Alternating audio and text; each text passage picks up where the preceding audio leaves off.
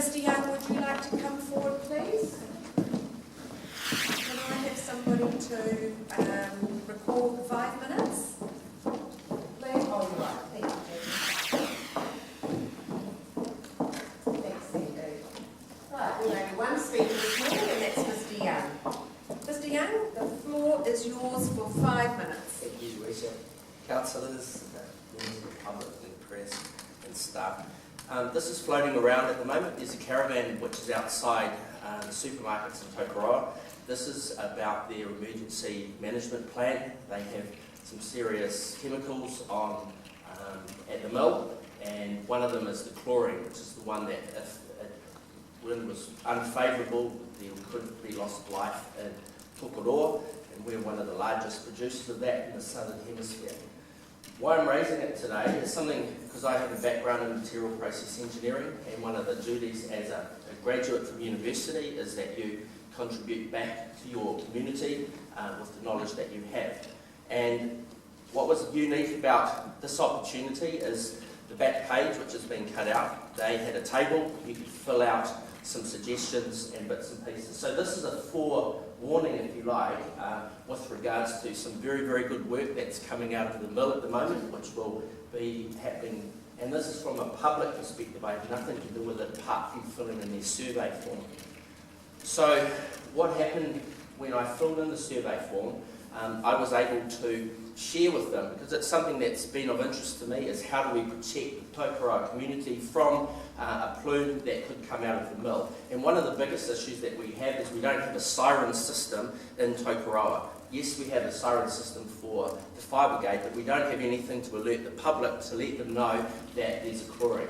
Now, the key message that came out of this is what's called secure in place, and that was very clear. So if there is an emergency with regards to the chlorine, it's to go inside and it's to close up your windows and not to drive around or move around. That's the safest thing to do. The second part of their form was, do you have any other suggestions that could help with regards to that? So I suggested a fridge magnet with a clip on it so you can use it for other things. And on that clip magnet, I just suggested they had a text message that you can text your name in if you wanted to be on that register. Greenpeace came up with a Wales thing, and I texted in, then they rang back, and I thought that was a good way of doing that.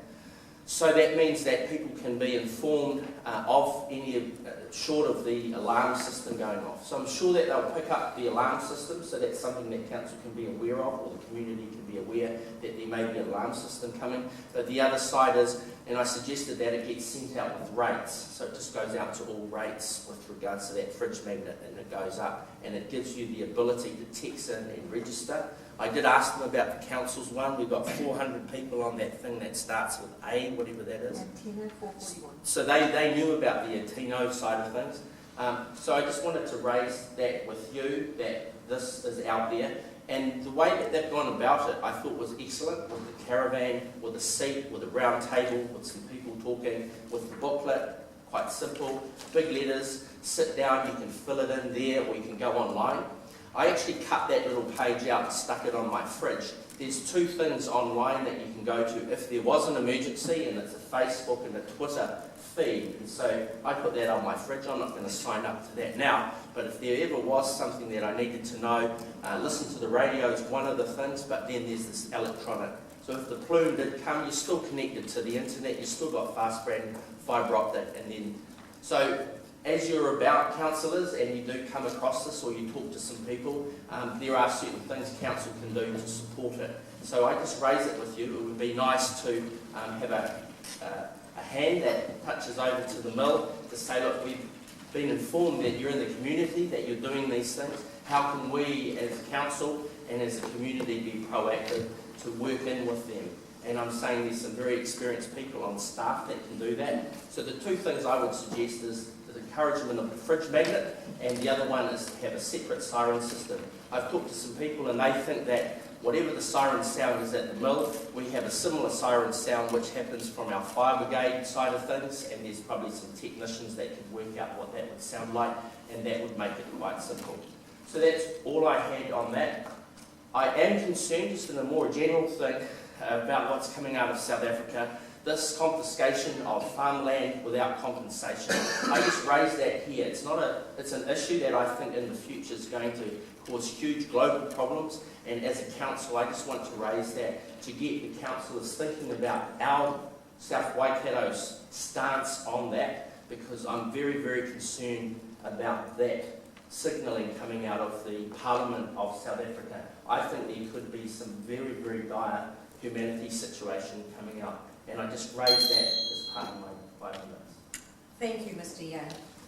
Councillors, are there any questions of Mr. Young? We'll start down the line. Councillor Lee. Yeah, good morning. Thanks for that. Council, OG has already approached Council about their emergency plan, so Council and OG are working together on that. And I dropped into the caravan the other day and talked to Ben, who was manning it at the time, so the information is just out there. But I remember as a young person, that was drilled into us while we're at school. If you hear that, because normally if the wind's blowing this way, you hear the siren anyway, when you look to see, you can see the green cloud. So then you know, close all the windows, stay inside, cover your face with a wet cloth if you need to carry on breathing. So, but I suppose over time, a lot of that preparedness has gone. So it's good that they're re-emphasising it anyway. Yeah, thanks for bringing that. Thank you, Councillor Lee. And just to confirm what Councillor Lee is saying, we've had a number of meetings with OG staff in the development of their health and safety plan and how they were going to communicate it with the community. Mrs Robinson has been working with them and supporting them with their plan as well, and I think there are a lot of synergies between our plan and what they have done. And so they have actually kept Council in the loop all the way through. So thank you for that. Councillor Van Rooyen. Thank you. You raised the issue which is happening in South Africa, and I'm well aware of what the proposals are. How do you suggest that we should react in some way? I don't know how, so could you enlighten me, please? Just quickly, because it's been raised here, the Mayor has the mayoral forums, and it's just about getting the mayors on side with regards to what a mayoral response, so they can interact with central government. It's about being ahead of the curve rather than not knowing about it. So I appreciate that you asked that question. So it really is up to you to instruct, if you like, as a council, the mayoral forums on what you want to do. Thank you. Any other questions? Right. Thank you for that. Moving on then.